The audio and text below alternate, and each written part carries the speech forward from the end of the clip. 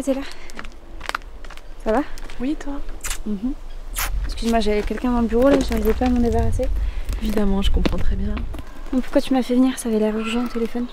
Je voulais savoir si tu viendrais pour l'inhumation. Attends, c'est pour ça que tu me fais venir? Bah oui. C'est quand? On a pensé au 18. J'ai une affaire au tribunal le matin et je pourrais pas venir. Donc vous avez décidé d'inhumer papa à l'Upsal? C'est ce qu'il voulait. Et puis, tes frères et sœurs seront là.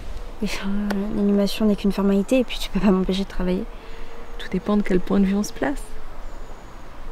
Et on peut pas changer la date? Tout le monde sera là.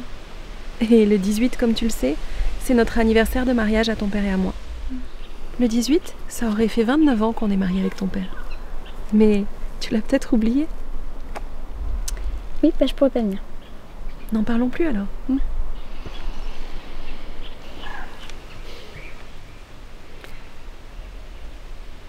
J'ai pas mal réfléchi ces derniers temps à ce qu'avait été notre vie à tous les deux.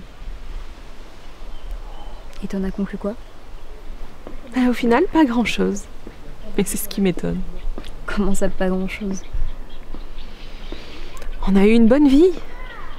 On n'était pas toujours amis, c'est vrai, mais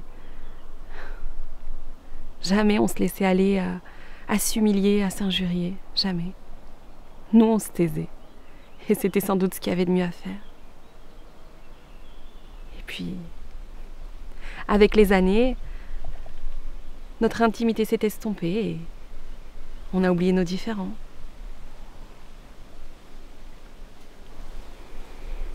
C'est sûr qu'il me manque, mais finalement, je me sens pas forcément plus seule maintenant qu'avant.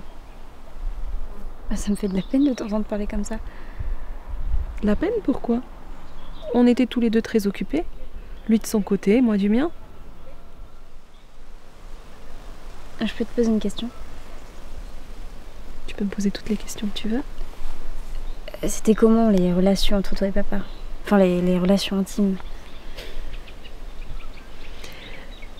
Disons que ça intéressait plus ton père que moi. C'est-à-dire? Mais qu'est-ce que tu veux que je te dise de plus? Il prenait son plaisir et je le laissais faire. Je me disais que c'était mon devoir que d'assouvir ses désirs. Il avait d'ailleurs d'autres femmes. C'était quelquefois un peu dégoûtant. Et toi, tu voyais d'autres hommes? Quand on s'est fiancés, au début, j'ai rencontré un autre homme. Je suis tombée amoureuse.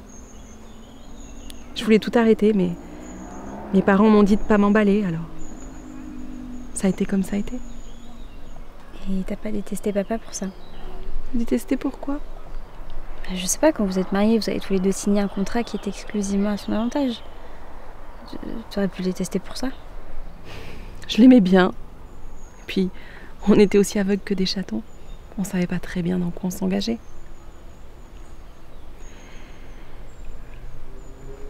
Je me demande quand même ce qu'aurait été notre vie si on s'était dit les choses franchement. Et vous le faisiez jamais? Bien sûr que non. On avait une règle que nos parents nous avaient inculquée. À chacun ses ennuis.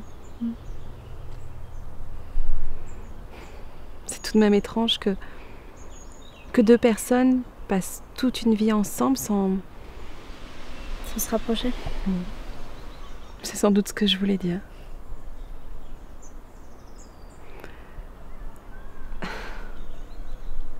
Ça peut paraître un peu grandiloquent, mais